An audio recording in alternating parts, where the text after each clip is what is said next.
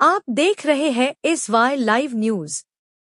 ठाणे मनपा 10 अगस्त 2025 को आयोजित होने वाली ठाणे महानगर पालिका वर्षा मैराथन प्रतियोगिता कार्यालय का उद्घाटन महानगर पालिका आयुक्त सौरभ राव ने किया। मैराथन ठाणे युवाओं की ऊर्जा इस वर्ष की मैराथन प्रतियोगिता का आदर्श वाक्य है। प्रतिभागियों के पंजीकरण और प्रतियोगिता के संबंध में मार्गदर्शन के लिए ठाणे महानगर पालिका के प्रथम तल स्थित धर्मवीर आनंद दिघे सभागार में एक मैराथन कार्यालय शुरू किया गया। इस अवसर पर आयुक्त ने ठाणे महानगर पालिका वर्षा मैराथन के प्रतीक चिन्ह का अनावरण किया। आयुक्त के हाथों वरिष्ठ नागरिकों और स्कूली छात्रों को प्रतियोगिता के लिए आवेदन पत्र वितरित किए गए। ठाणे से सारा पुरी की रिपोर्ट। या कक्षाचा उद्घाटन या हेतूने करण्यात आला आहे की 10 ऑगस्टला आपल्याकडे जे वर्षा मॅरेथॉन याचं आयोजन होत आहे त्या प्रक्रियेला फॅसिलिटेट करण्यासाठी, जेणेकरून नागरिकांना किंवा यामध्ये जे पार्टिसिपेंट्स आहेत त्यांना एका छताखाली इथे रजिस्ट्रेशन आणि बाकी सगळी गोष्टीची माहिती मिळेल। साधारणतः 6 वर्ष नंतर आपण हा आयोजन करत आहोत आणि आमची अपेक्षा अशी आहे की यामध्ये जवळपास 30,000 नागरिक यामध्ये पार्टिसिपेट करणार आहेत। जे प्रथम पारितोषिक आहे तो 1 लाख रुपयाचा आहे। साधारणतः 10.5 लाख रुपयापेक्षा जास्तीचे आपण यामध्ये विविध पारितोषिक यामध्ये ठेवलं आहे। विविध गट आहे यामध्ये, पुरुषांचा अर्ध मॅरेथॉन, महिलांसाठी अर्ध मॅरेथॉन, त्याच्यानंतर 12 वर्ष खालील वयोगटाचे आपले स्टुडंट्स आहेत, त्याच्या व्यतिरिक्त सीनियर सिटीजन आहेत। यावेळी आपण अधिकाऱ्यांचा गट केला आहे। तसेच आपले जे आजी माजी सन्मानित पदाधिकारी आहेत त्यांच्यासाठी सुद्धा आपण एक गट केला आहे।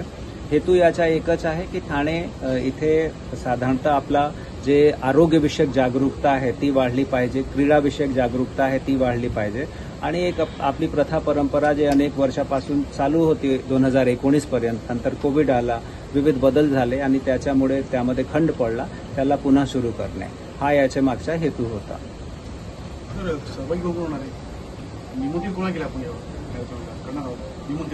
निमंत्रित जसा मी सांगितला, पार्टिसिपेंट्स यामध्ये 30,000 पेक्षा जास्त आपले नागरिक आहेत। तसेच यामध्ये विविध सेलिब्रिटीज आहेत ते पार्टिसिपेट करणार। आपल्याकडचे जे सन्मानित पदाधिकारी आहेत तेही यामध्ये सहभागी होणार।